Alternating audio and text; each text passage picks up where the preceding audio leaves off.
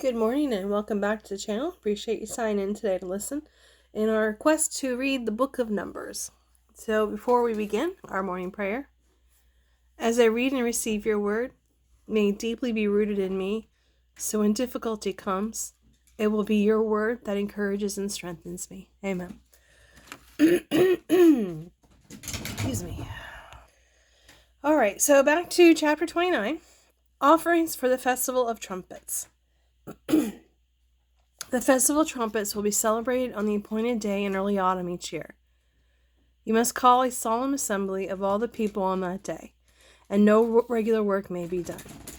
On that day you must present a burnt offering very pleasing to the Lord. It will consist of 1 young bull, 1 ram, and 7 one-year-old lambs, all with no physical defects. These must be accompanied by grain offerings of choice flour mixed with olive oil. 5 quarts with the bull, 3 quarts with the ram, and 2 quarts with each of the 7 lambs. In addition, you must sacrifice a male goat as a sin offering to make atonement for yourselves. These special sacrifices are in addition to your regular monthly and daily burnt offerings, and they must be given to their prescribed grain offerings and drink offerings. These offerings are given to the Lord by fire and are very pleasing to him. Offerings for the Day of Atonement.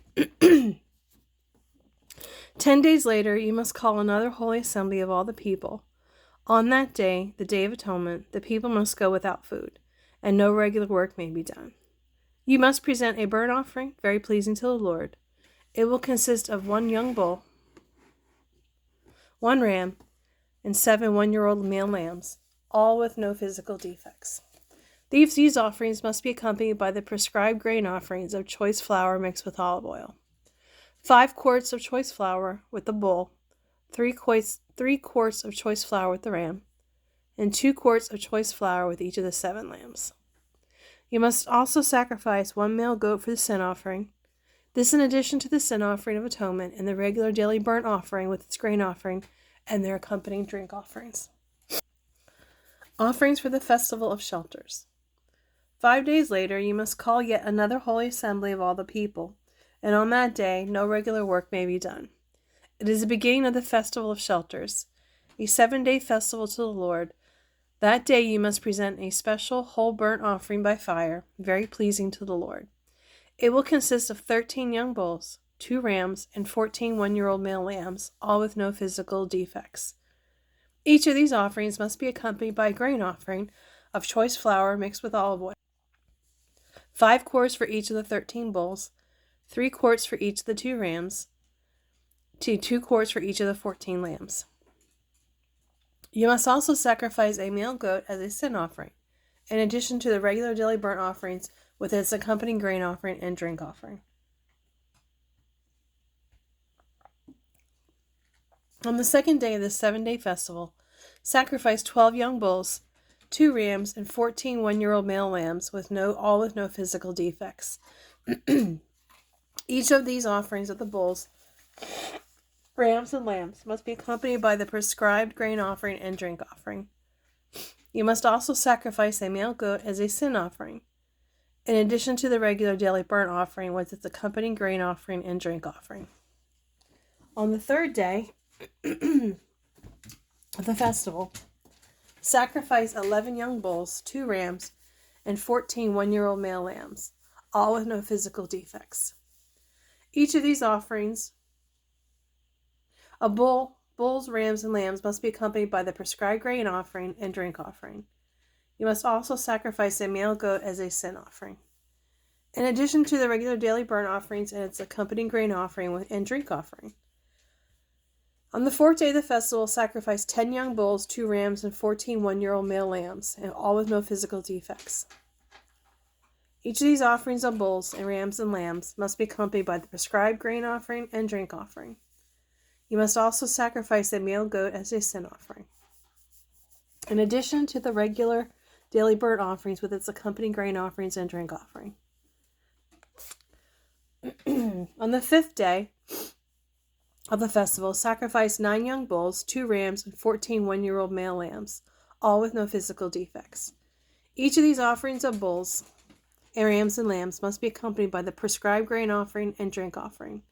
You must also sacrifice a male goat as a sin offering, in addition to the regular daily burnt offering with its accompanying grain offering and drink offering. On the 6th day of the festival, sacrifice 8 young bulls, 2 rams, and 14 one-year-old male lambs, all with no physical defects. Each of these offerings of bulls, rams, and lambs must be accompanied by the prescribed grain offering and drink offering. You must also sacrifice a male goat as a sin offering in addition to the regular daily burnt offering with its accompanying grain offering and drink offering. On the 7th day of the festival, sacrifice 7 young bulls, 2 rams, and 14 one-year-old male lambs, all with no physical defects. Each of these offerings of bulls, rams, and lambs must be accompanied by the prescribed grain offerings and drink offering. You must also sacrifice 1 male goat as a sin offering, in addition to the regular daily burnt offering with its accompanying grain offering and drink offering. On the 8th day of the festival, call all the people to another holy assembly.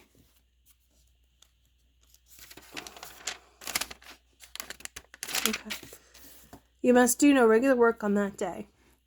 You must present a burnt offering very pleasing to the Lord. It will consist of 1 young bull, 1 ram, and 7 one-year-old male lambs, all with no physical defects.